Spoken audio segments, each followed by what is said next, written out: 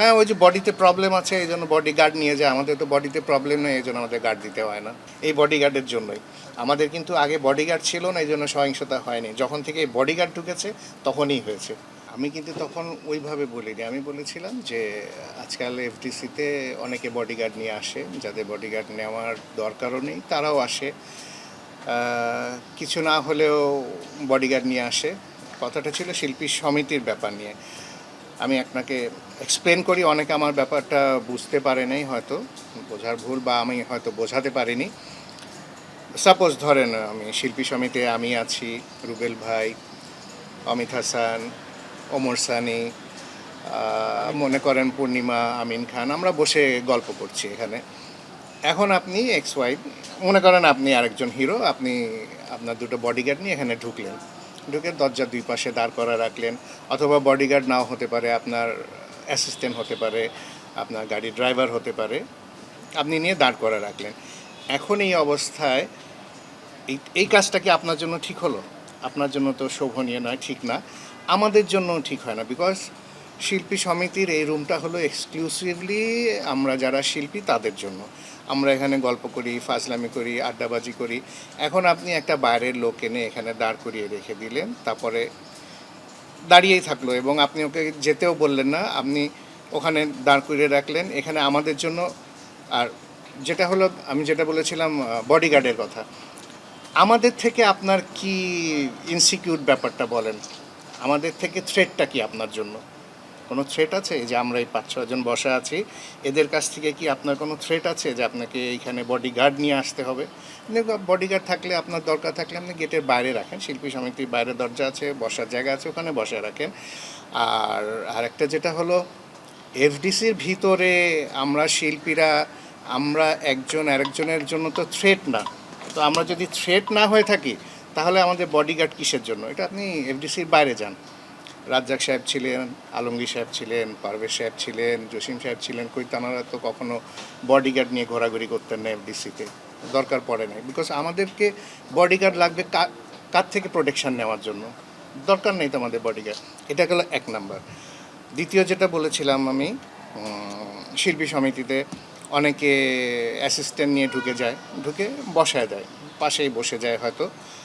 এটা এটা কিন্তু ম্যানারিজম না। আপনি শিল্পী সমিতিটা হলো এক্সক্লুসিভলি, যেটা বললাম যে আমাদের জন্য। আপনি যদি কাউকে আনতে চান আমাদেরকে অ্যাটলিস্ট জিজ্ঞেস করবেন তো যে ভাই আমার এরকম একটা গেস্ট আসছে আপনাদের দেখা করতে বা আপনাদের সাথে, আপনাদের দেখতে, আমি কি এখানে বসাতে পারি? বা আনার আগে জিজ্ঞেস করা উচিত। আপনারা করেন কি, এনে বসায় দিয়ে এটা বাপ্পা, ওইটা সানি, এটা হে হে হো হো হো হো করলেন।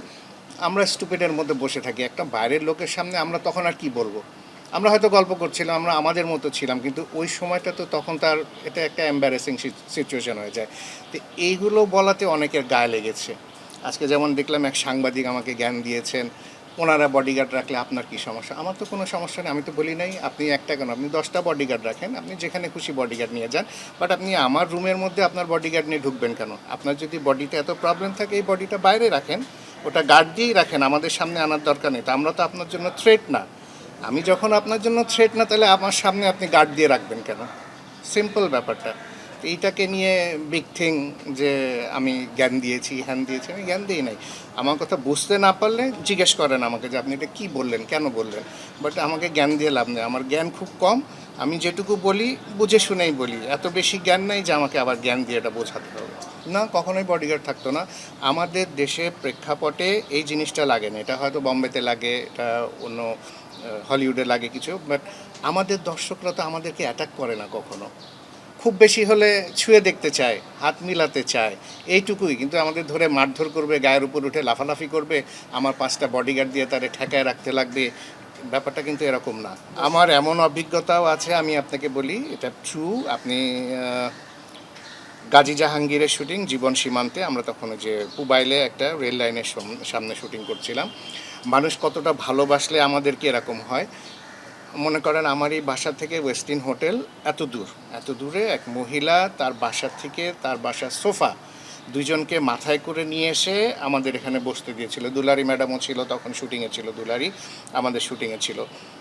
তো একটা মানুষের কতটা ওই ওই মহিলার জন্য কিন্তু এই সোফাটা অনেক দামি জিনিস। গ্রামে একটা কুঁড়ে ঘরেতে এই সোফাটা কিন্তু তার জন্য খুব দামি একটা জিনিস, সে সেটা এনে আমাদেরকে দিল বসার জন্য।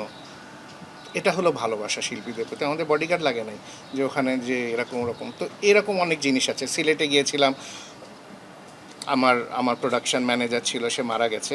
তার বাসায় আমরা 4-5 জন গিয়েছিলাম সুনামগঞ্জে। রাত্রেবেলা আমরা সন্ধ্যাবেলা এমনি ঘুরতে বেরিয়েছি। এক মানে হুজুর হুজুর ভদ্রলোক, উনি নামাজি ভদ্রলোক, দাড়ি মতো মানে করা। উনি এসে যখন আমাদেরকে বললো, আমাকে বললো যে ভাতিজা আপনি তো আমাদের বাসায় আসেন। ওনার বাসায় নিয়ে গেলেন এবং ওনার ওয়াইফ মেয়ে সবাই হিজাবি। ওনারা কিন্তু দেখেই বোঝা যায় যে বাইরের লোক ওখানে অ্যালাউড না। উনি ওখানে আমাদেরকে বসিয়ে ওখানে উনি পানি খাওয়ালেন, ওই যে মুড়ির মোয়া খাওয়ালেন। তো মানুষ আমাদেরকে কতটা ভালোবাসলে, কতটা বিশ্বাস করলে এই পজিশানে ওই রুমটার মধ্যে এই ভদ্রলোক আমাদেরকে নিয়ে যায়। সেখানে আমাদের তো বডিগার্ড লাগে না।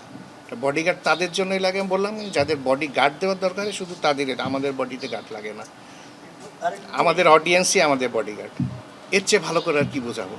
আমি তো বললামই যে আমি কাউকে বলিনি, বডিগার্ড যে খুশি রাখতে পারে রাখতে পারে, যার বডিগার্ড আছে সে বডিগার্ড রাখবে, কিন্তু আমার এখানে না, শিল্পী সমিতিতে না। এই সমিতিটা আমাদের সমিতি, আর আমরা কারোর জন্য থ্রেট না। এটা আমাদেরকে অপমান করা হয়, এটা হয়তো আমি বুঝি, আমার মতো আরেকজন বুঝলে ভালো।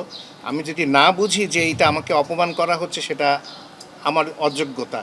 আমি বুঝি বলেই আমি প্রোটেস্ট করি যে না, তুমি বডিগার্ড নিয়ে আমার এই সমিতিতে এই রুমের মধ্যে ঢুকতে পারবে না, তোমার অ্যাসিস্ট্যান্ট নিয়ে আমার এই রুমের মধ্যে বসতে পারবে না, বিকজ এখানে আমার ইগোতে লাগে।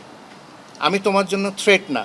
আর যদি তুমি মনে করো যে হ্যাঁ আমি তোমার জন্য থ্রেট, তুমি এখানে আসো না, অন্য জায়গায় যাও, অথবা আমাদেরকে বলো যে আপনারা বাইরে গিয়ে বসেন, আমি এখানে বসবো, বডিগার্ড নিয়ে বসবো।